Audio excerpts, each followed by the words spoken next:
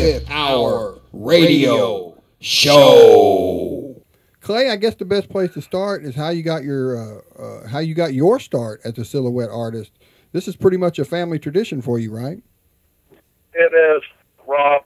I started as a child. I was about 6 years old, and my grandfather taught me how to cut out simple shapes, barnyard animals, and things like that. And his name was Carew Rice. He was a very prolific silhouette artist back in his day. And he started in the year 1930. And he just went into a dime store and bought a pair of scissors for $0.25 and brought them home, and he instantly cut out a silhouette of a blue jay and a squirrel, and he knew that he'd found something that he was really good at. And so shortly thereafter, he started cutting out profiles, and he took to the road after that. And he always cut out these beautiful scenes, landscape scenes as well, and you can see a lot of those online. And if you Google him, his name's Carew, C-A-R-E-W, Rice. Mm-hmm. Now, being this was something that seems like, I guess, destiny for you, do you consider yourself a natural, or did it take some time before you would consider yourself proficient in this art form? Well, yeah, I guess I am a natural. It's like the first one I did, it looked like the person. So I guess in that respect, yeah, it is natural, and I think it's inborn.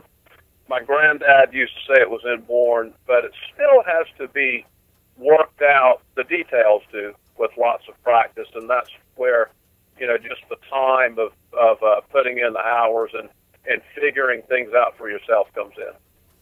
For those that might not be familiar with what a silhouette is, how would you describe it? What makes it so special coming from the artist's point of view? Well, it's a shadow, I guess, is the best way to describe it. It's a cutout, at least the way that we do it. They're cut out of black paper, and so it's an outline of your subject. Whether it be a person that sits in front of me that I cut out in 1 minute, or a landscape scene that might take me, 300 hours. It's all cut out in all black and with the details cut into it. Mm-hmm. But it's all, basically shadows. Mm-hmm. So when you have these events and people come to have this done, what all services do you provide for the public? Well, I'm a children's author and illustrator as well. And so when they come in to have their silhouettes cut, the children, mostly it's the moms bringing the children in to have their silhouettes cut out. And the whole process, it takes about a minute. I'm really fast. I've been doing it for 34 years, so I can look at the child one time and pretty much have it.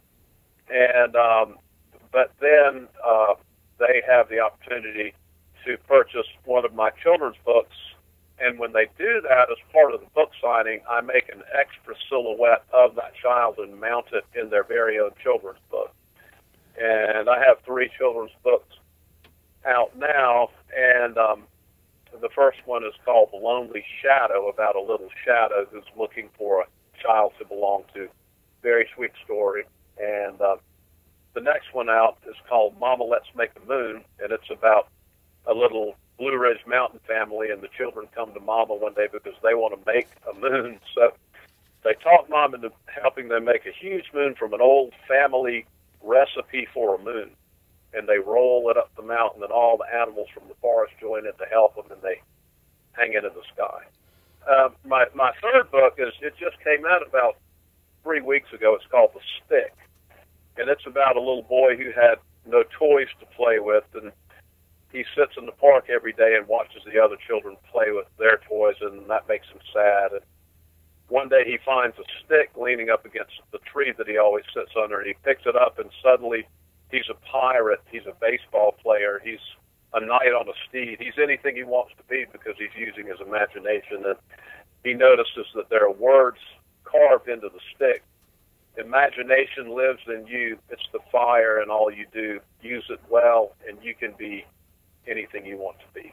Now, is authoring books like this something that came along later in your career? The idea of doing something like this? Well, I've always been a songwriter. I started writing songs when I was about 14 years old, and I moved to Nashville when I was in my early 20s, and so I learned how to write songs when I was young, and basically took that storytelling, in 3 minutes or less idea of editing down and writing a children's book. Is there are a lot of elements in songwriting in what I do. So it wasn't that much of a stretch to start writing the children's books. When you do the silhouetting, does it require the children to be still? No, it does not, and that's a good question, because all the moms ask that. They say, well, my child will never sit still. Well, none of them sit still except their kids. So, I can look at them one time and cut it out, and I'll have it. So. Well, what kind of response do you get from people after seeing a silhouette you've done of them?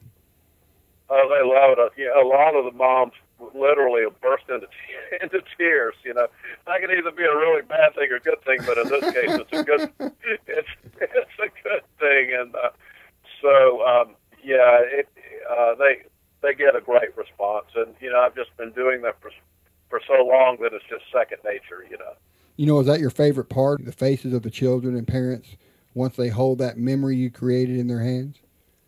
It is. That is, and just the seeing the moms and seeing the kids, and I've got 2 kids of my own in my own family, and it's kind of like having your a big family out on the road wherever you are. After all of these years, so many of my customers know me, and because in 34 years of doing this, well, if you do 10,000 children's silhouettes a year, and you average 3 copies per child, that's over 900,000 silhouettes out there. Mm-hmm. So you really develop a reputation for it, and it's nice because people will kind of follow you on your Facebook and everything, and then when you come to their town, they come to see you. It's a wonderful thing, and I don't know if very many other professions that you have these things that hold true. Speaking of the traveling, I know you travel extensively throughout the year. Do you enjoy the travel? Do you have a favorite part of the world you've been to? Well, I've got a lot of favorites, Rob. I love New York and Chicago, and I love Memphis, one of my favorite places. New Orleans, a lot of the Texas cities as well. And of course, I always love going home to my favorite town, Charleston, South Carolina, too. Mm-hmm. So. What part of America are you visiting next? Where's your next stops? Well, tomorrow I'm actually in Murray, Kentucky, and then I'm going to see. I'm coming to you guys over at the Growing Media Studio in Carterville. You'll be there, right? In Carterville, and then visiting a couple of schools along the way as well, and then I'm headed up to Chicago for some book signings and school performances as well.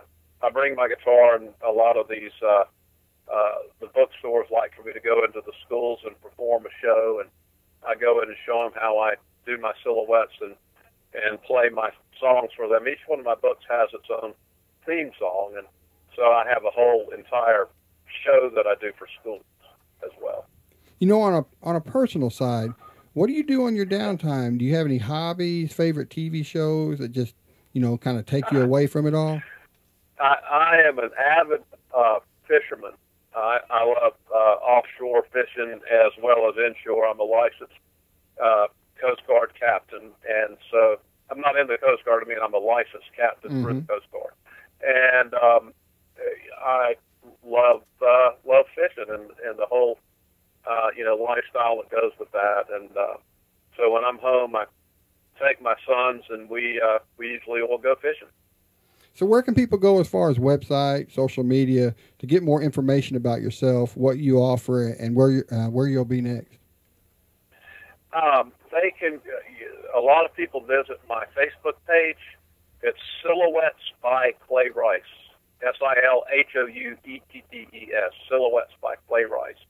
Facebook, and if you'll go and like that, then we will put out our events calendar, and you can find out the closest place to you that I'm going to be.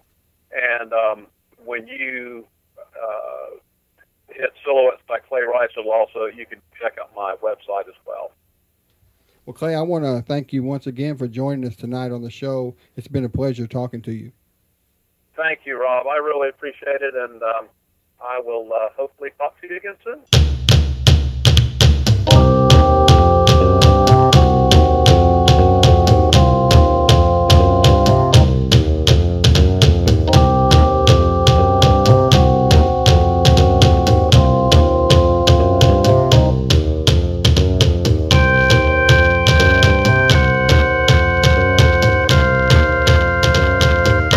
The 25th Hour Radio Show.